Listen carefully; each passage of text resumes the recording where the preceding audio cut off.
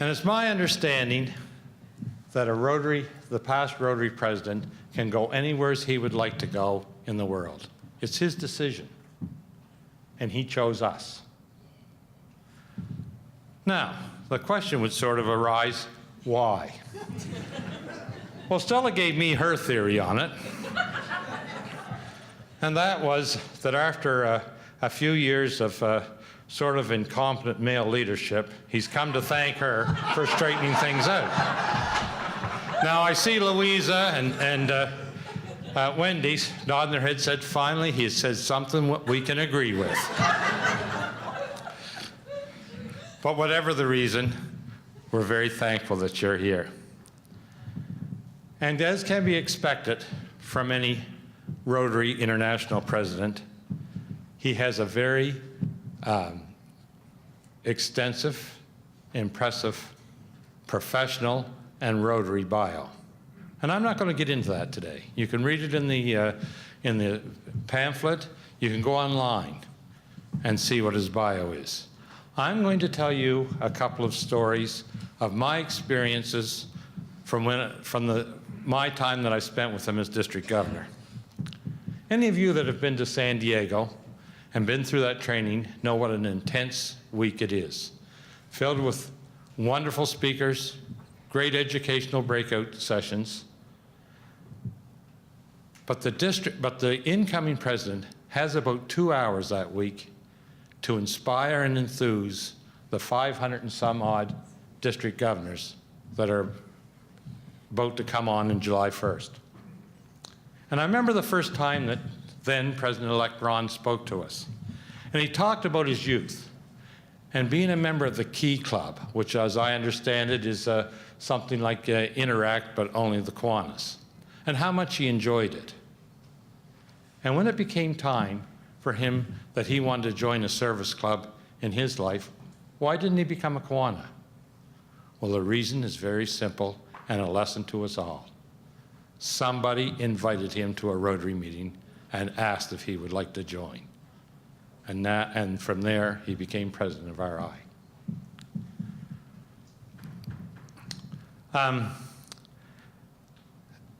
During that week, one other thing I should say that hasn't been mentioned here this morning, his wife is a Rotarian too.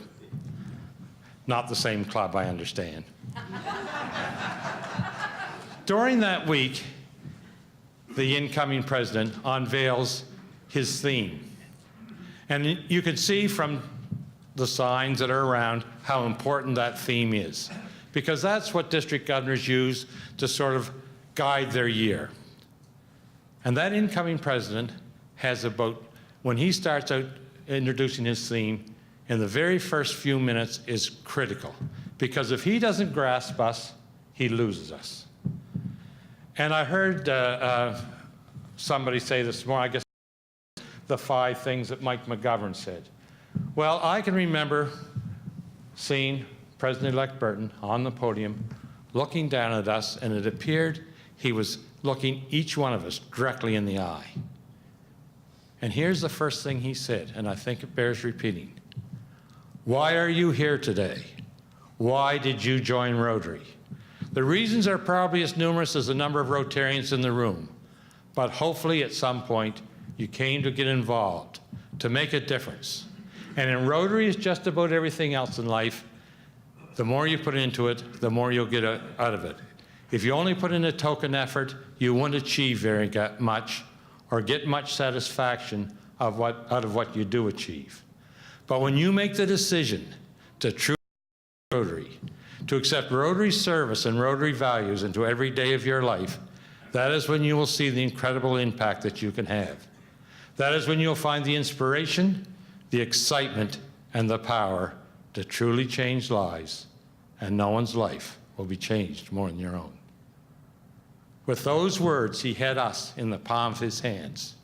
From there, he went on to motivate and inspire us to go out in the Rotary world, to engage Rotary and change lives. To the man I was proud to call my president, I ask you to stand and welcome him and give him a great 7820 welcome to our podium.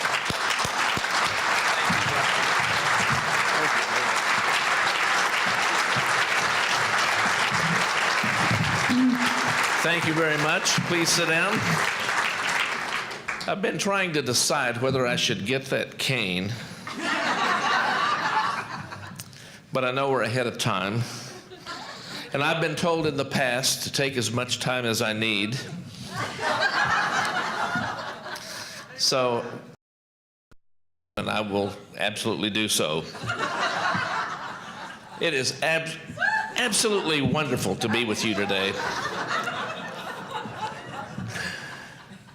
You know, I'm so delighted that President Gary is somewhere in the world, but not here. I don't know where he is. He has a very aggressive calendar, probably more aggressive than he should have booked, but you know, I tried to warn him about pacing yourself, and it was like,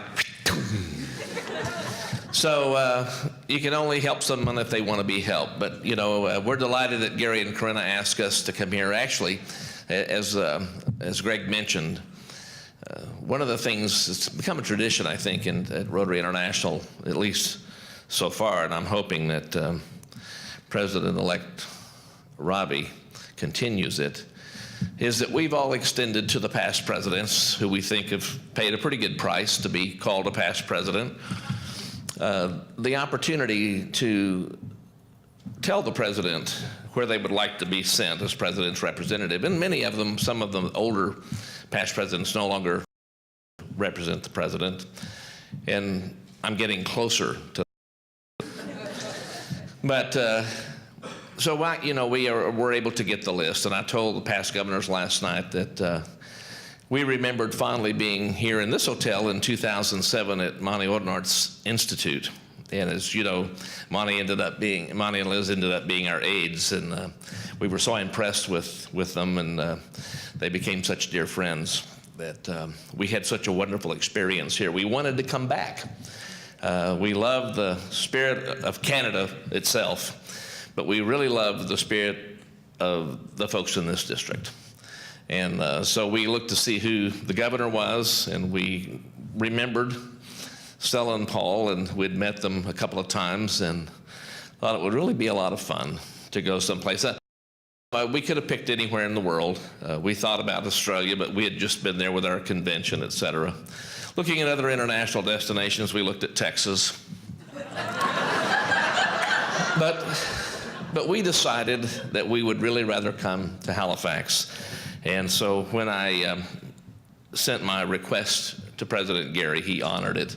And, you know, I know that he would really like to be here. I think Gary has actually done something that I chose not to do. He has actually been to several district conferences and represented himself. And out of respect for all of my governors last year, I chose not to do that. For the simple reason that, why did I select you and not you? I didn't have to explain that. So if you see Gary and you find out he went somewhere else, ask him why he didn't come here. No, I'm kidding. Don't do that. See, because if he had come here, I wouldn't be here, and that wouldn't be fun. But it's always fun to come to a district conference. Our conference was last weekend, and I had promised our governor that I would be there, and we were there for the entire conference. The first conference in our district we'd been to in some 3 years. And I know this conference was actually scheduled for last weekend. So when I initially looked at the list, you weren't on there because I blocked out that weekend. So I'm glad Stella had the foresight to change it. She knew I was coming, not really. But I've told her, you know, I hope on Sunday afternoon when all this is over, you feel as exuberant about the fact that I came as you seem to be now that I'm here. But you know, you never know. The verdict's always out. It's, you know, I don't know where Jim went. Oh, there he is. Well, she blocks you out pretty well. You know that? You're easy to miss when she's sitting there. You know, he could have been a governor in our year. He caught the theme. It was all about the fact that, you know, if you don't engage Rotary, you can't change lives. And it's a real selfish act, as you pointed out. The life you're going to change the most is your own. There's nothing you can do about it. You're the beneficiary of your good works. And I always tell people, and this is kind of kidding Gary, so you can't light up Rotary unless you engage Rotary. Isn't that true? And what I've seen here already is a lot of lighting up Rotary.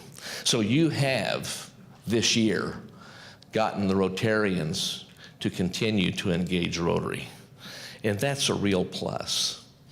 You know, I'm so pleased to see that you've got your clubs thinking about Rotary Club Central. I'm a big fan of Rotary Club Central. As a matter of fact, I am so disappointed with my own district. I have said to my incoming governor, Jetta and I will give a Paul Harris Fellow to any club in our district that you certify as having met the requirements for Rotary Club Central. Now that's a sad comment, isn't it? That I have to prime the pump that way? But I think it's critically important. Yes, it's got some great information for the organization in general to try to quantify what it is as Rotary International that we do around the world every year. But I think back to 1983, 84, when I was the president of my Rotary Club. I would love for someone to have given me a sheet of paper that told me something about that club. Some of the critical components of the goals that had been set, whether they had been achieved, why they had not been achieved, what we're going to do about it next year, all of those sorts of things. And I'm a big believer in Rotary Showcase. Last week at our district conference, to sit in that plenary hall and hear all of the things that are going on in our district. I had to be reminded because I hadn't been there in 3 years. I haven't been on club visits since 1987. But to hear what all was going on in southwestern Oklahoma made me feel good. Now, the problem is, I had to go to a district conference to find out. Because, you know, one of the things that we do as poorly as anyone is tell our story. We don't tell our story locally. And I would say to you, if you still have a hometown newspaper, and while I'm into all this new gadgetry, I still like to have a piece of newspaper in my hand. I'm an old-fashioned guy. Got a newspaper in your community and the people, your editor, are not in Rotary. You need to get them in Rotary. You need to be telling the story, because where are your members going to come from? They're not going to come from Norman, Oklahoma and come up here every week to attend your meetings. They're going to come from your community. And all of your Rotarians in your clubs need to know what your club does. And the folks in your community need to know what your club does. You know, I was so excited when I was president about Rotary Clubs. The president's office one day, and there was a group coming from Norman of about 25 or so Rotarians. They wanted to come up and see World Headquarters and see the office and see the boardroom and the whole bit. And we were delighted to host them. So before they came, I thought, well, you know, I'm going to go to Club Central and just see what they put in this year. So I logged in, and I thought, well, you know, I think I'll put some goals in, because they hadn't done a very good job. And the message came back to me, you are not authorized. Now, isn't that a kicker? I couldn't even get into my own club. You know, it didn't recognize me, but I didn't have the authority. Obviously, I wasn't president of the club. Those other officers.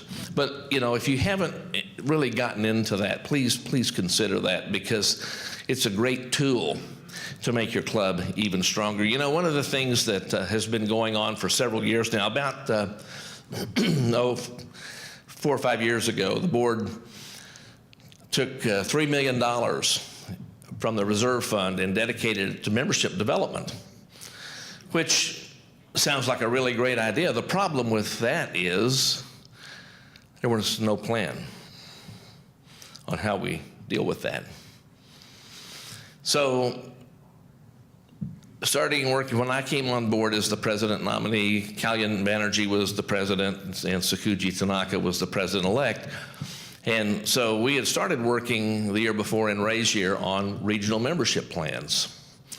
So we all got together and decided we really needed to push this. We needed to get the identification of folks in the areas, in the zones, to come up with a plan for an intelligent way to spend that $3 million. If we're gonna spend your money, and it is your money, then we need to be able to stand on the stage and tell you what we got for that money. And we're starting to finally see some results. We do have in place now the regional membership plans. When we first started, we had like 6 plans in the United States, which doesn't make any sense. So I called in all of the US directors, this included you guys as well, North America, and the Canadians bit, the whole bit. And I got the director, I got the director-elect, and I got the director nominee. And we had them come to Evanston, and we pulled them together and said, you know, before you leave here, you're gonna come to consensus on one plan for North America. Because the problems that you guys have are the problems that we have.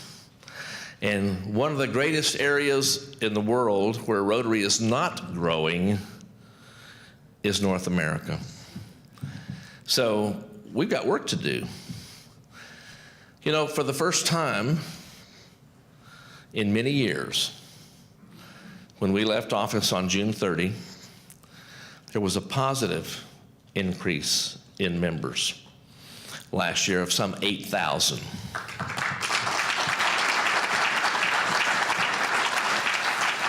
You know, 8,000 is not a big number. I wanted more. I would have taken one.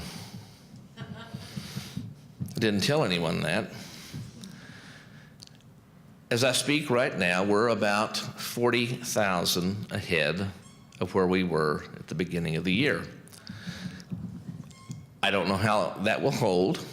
We were about 28,000 ahead this time last year, but by the time you get down to the end of the year, some people have found the exit door, and they just kind of walk through.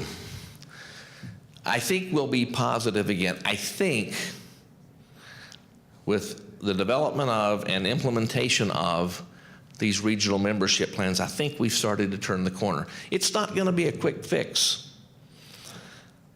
And I don't want to stand here and tell you, you know, for $3 million we got 8,000 members. The $3 million was the seed money to get it all started for a long-term program.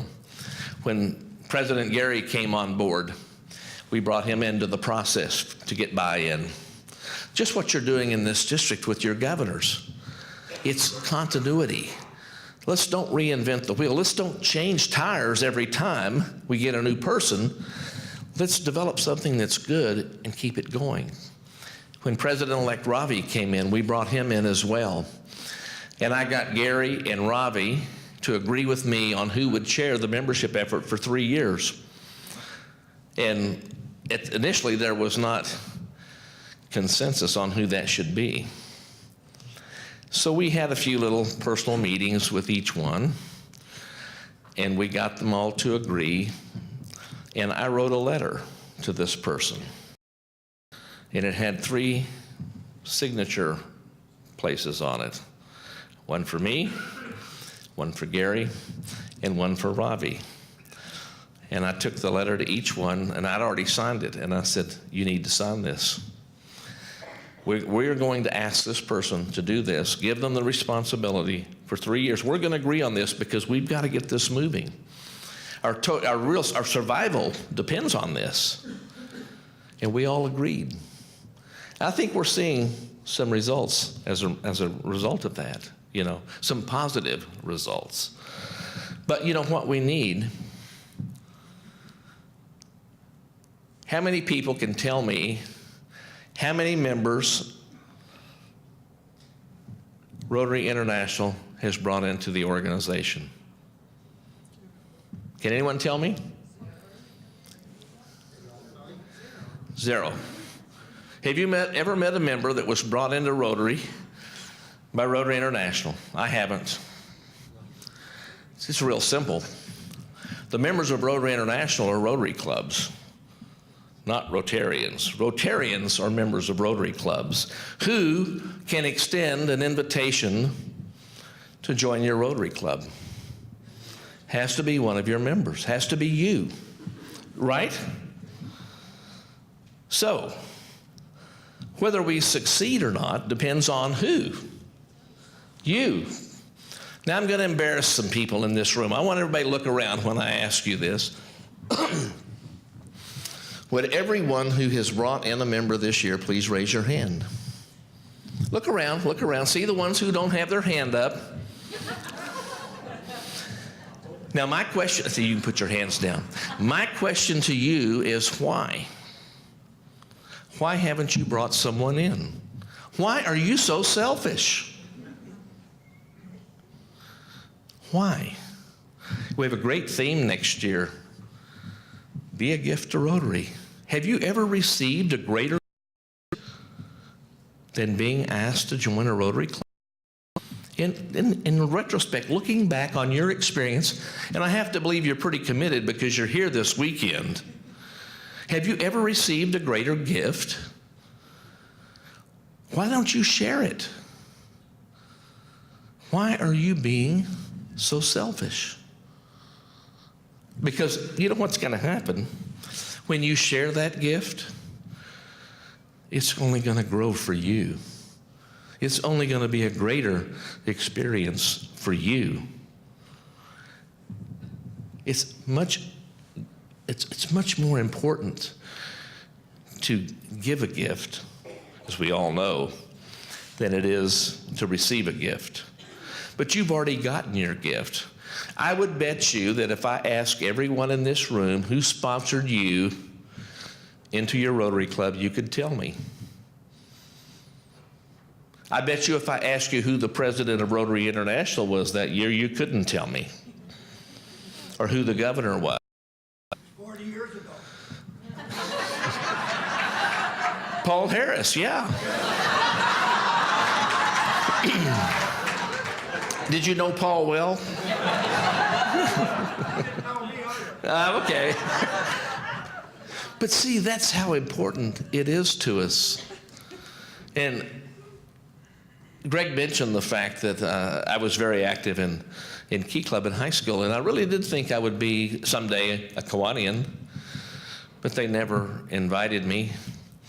You know, as a matter of fact, I have never been invited to speak to a Kiwanis club as I stand here in front of you today. I have spoken to the president of Kiwanis International. Every year at the Rose Bowl, we're always invited out to be at the Rose Bowl and et cetera, and they host a brunch which has the president of Kiwanis, Lions, Optimists, and Rotary, and we all get together and exchange ideas and whatnot. And I did share my story with the president of Kiwanis, but I have been invited to 2 Lions clubs.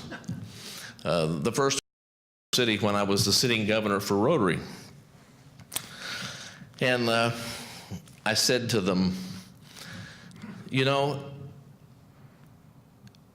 this is probably what really killed me, the way I said it. You people, now this was in 1987, I don't use that anymore. I said, you know, you people are as bad at membership development as we are in Rotary. Because I could just as easily today be your district governor instead of Rotary's. But you didn't ask. This is the first Lions Club I've ever spoken to. Of course, that Lions Club has never invited me back. But I did get invited to the Lions Club in Norman this year. They wanted me to talk about my experiences as president of Rotary International. It's a nice, small, little club of about 35 members. The interesting thing about the Lions Club in Norman and the Kiwanis Club in Norman is the fact that they were both started by the Norman Rotary Club. Because in those days, my club was chartered in 1919. I've noticed that the Halifax Club was 1913. We had the classification system, which I think is absolutely wonderful, but they had a doctor in Rotary, and they had a banker in Rotary, and they had a lawyer in Rotary, and I'm here to tell you that no Rotary Club can have too many lawyers. So what we ended up doing, because we wanted to get more involvement in the community, I wasn't there then, we started the Lions Club and the Kiwanis Club. We were our own worst enemy. I said the Lions Club has about 35 members. My Rotary Club has 150. The Breakfast Club that I started when I was governor has about 92, 95, somewhere in that range. Juddis Club is an evening club, has about 28, 27, somewhere in there. And then we have a new club called Legacy, which is one of these free spirit clubs, which I'm all for. I mean, honest to God, they decide sometime during the week where they're going to meet or if they're going to meet. I don't know how you do a makeup there, and that's okay. I signed their charter as president of Rotary International. You know, they've never invited me to come yet. They may turn into a Lions Club. Who knows? I mean, you know, that's possible. But I'm all for that. But, you know, Rotary's doing well in our community. But just think about how much better we could be if every member brought in just one member. That's all I asked my governors to do last year, and all I asked Rotarians to do. Well, I had a governor down in New York, or Massachusetts, I can't remember, I think it may have been Massachusetts, who brought in 95 members last year. Now, if I had asked each one of you to bring in 95 members, I'd be speaking to an empty room. But no, just one. Everybody in this room knows somebody that would make a great Rotarian. And why you're not asking, I don't know. So, you still have time this year. You have 2 months left to raise the bar and put the real burden on Jim for next year. And you need to do that. You need to do that because, you know, to me, it's not about the dues and all that kind of stuff. That's totally irrelevant. What it's about is the differences we can make in our communities. And I know that in every community that's represented here, you make a true difference. Well, I'm delighted to see and hear about your $1 million dinner, your foundation dinner. We're getting ready to, when we leave here, we're going to, I think probably because of your challenge, District 7010 is having one Thursday night next week where I'm speaking. So I'm going to really give it to them after having been here. But I love your support of the foundation. We've achieved 3 records last year. I think one of them's going to be broken, Stella, this year. We right now, the first class, that's what we called ourselves because we were the first ones to do it, and challenged the best class and world class to raise money for the annual programs fund. Right now, we have the record of the most annual funds ever contributed in a year to the Rotary Foundation. That's a fact. But as Mike and I heard at the trustees meeting a couple of weeks ago, we're about 8% ahead this year on annual fund giving. And we hope you just knock out the thing out of the park. We hope, this is what we want every record to do. We want it to be broken every year. So we're wishing and pulling for you. So you guys think about the annual programs fund and write those checks and get them in. The second thing we did, we had more endowment gifts dollar-wise than any class in history. And right now you're behind on that one. So you need to think about that as well. And the third thing is we had more Arch Clump Society inductions than ever in the history of the organization. We had about 84 or 85. Now, that's 84 or 85 times a minimum of $250,000, which isn't too shabby. But our hope is when we challenged the best class was that you break those records. You know what it's about? It's about awareness. It's raising the bar, making sure every Rotarian understands what it is our Rotary Foundation does. And not only every Rotarian, but everyone in your community, because they too can participate in these projects. I think you say projects, don't you? Well, I don't say that, so I'm sorry. But anyway, you know, it's just incredible what can happen. You know, when I was finishing my term as district governor in 1988, I made the mistake. I do that a lot. Maybe we've got a lot in common here, Greg. And I didn't apologize to anybody for it either, come to think of it. But I made the mistake of asking the Rotary Foundation how much money was in the endowment fund for Rotary, which I thought was a fair question, being in the business I was in. At the University of Oklahoma back in those days, we were probably somewhere between 100 and 150 million, which was a lot of money in those days, especially for a small school in a poor state. You know what the answer was on the Rotary Foundation? They had actually started the Rotary Foundation, as you know, in 1917. The University of Oklahoma Foundation was started in 1944. Rotary had 1 million members, roughly 1 million members in 1989.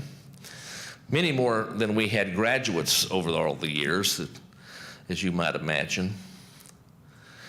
The endowment for the Rotary Foundation, I was told at that time, was $2 million. Of course, my first question was, how could that be?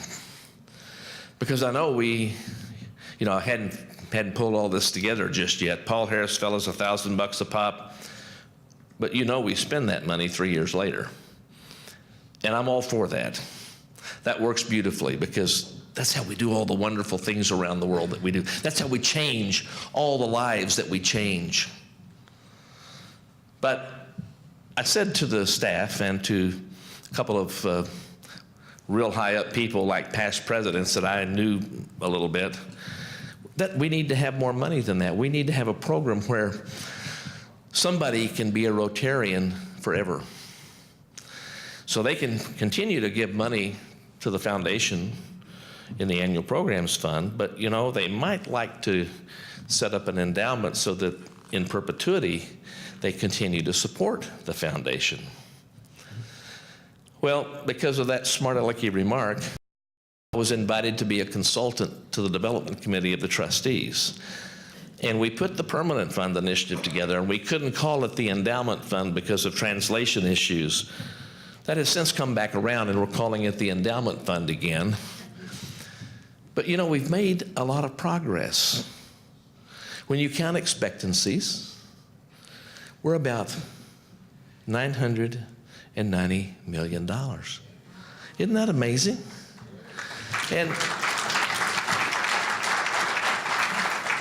And we've done that in spite of ourselves, in spite of trying to keep this a secret. I mean, we're members of Rotary. We've got the greatest gift that's ever been given to anyone. We have the greatest foundation in the world, and we don't tell anybody. What's wrong with us? What's wrong with us? We need to go out and tell our story. I have yet to meet a Rotarian who wasn't invited by another Rotarian to join a club, although I've asked that question and I've had people raise their hand. I don't believe them. I have yet to receive a contribution to the Rotary Foundation that someone didn't ask for. You know, people have to be asked. We were in Bogota, Colombia, at his own institute a couple of years ago, and I told the audience, you need to get your ask in gear. No matter how you look at it. That's it. That's right. My translator didn't hear the K. And he looked at me, he's standing down here, and I looked at him, and it's a great Rotarian from Panama named Alan Sellers. Some of you know Alan. And I said, Alan, I said, ask, A-S-K. And the blank look on his face would astound you. And we keep doing this for a few minutes, and then he gives up and turns around and says it again. Well, the audience cracks up.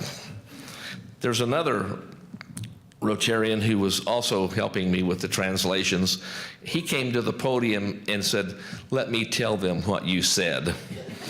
So I stepped aside and he told them. But we do have to get our ask in gear. Nothing is going to happen. Well, I'll tell you what's going to happen. We're going to sit here and enjoy each other's company and continue to age. And then we're going to die off, and Rotary's going to die. And I, for one, don't want that. I'm very happy to tell you, in my Rotary Club of 150 members, I am the 15th oldest in terms of membership time in my Rotary Club. I like that. I wish I was number one. I'm still not going to quit. I'm going to keep the age pretty high. I'm not going to quit, but I'm delighted that we're bringing in younger members. Our director from our area is Greg Pod. Some of you may know Greg. Greg had a membership summit in Albuquerque, New Mexico. And by the way, if you get a chance to go on that exchange to New Mexico, you should go. We love New Mexico. It's just absolutely wonderful. And I may see you there because we like to go out there and just, kick back. But last summer, Rotary International had 100 young Rotarians come to World Headquarters to try to find out why they were in Rotary and what their expectations were. We had 5 of those folks come to Albuquerque, and it was the most enlightening program I have seen on membership anywhere. And the thing that made me feel so good about it is, I've been saying this for many, many years now. The thing I get really sick and tired of is some old Rotarian like me standing in front of you telling you what the new generation wants. Because what happens is we have a tendency to stereotype groups. The baby boomers want this, the Gen X wants this, Gen Y wants that, and so on and so forth. I don't know how many baby boomers there are in the room. I'm in that group. And I would bet you if you lined us up and asked us all what Rotary is, it would be something different to each one of us. And I bet we all don't. See, I can't stand butter. I don't eat butter. I assume that all baby boomers don't eat butter. I've gotten to the point where I don't like croissants. I guess I've had too many. I don't even like strawberries anymore. Why? I guess I'm changing, I don't know. But my point is, all of these generations are just like all of us. We have different wants and needs, and that's what this group told us.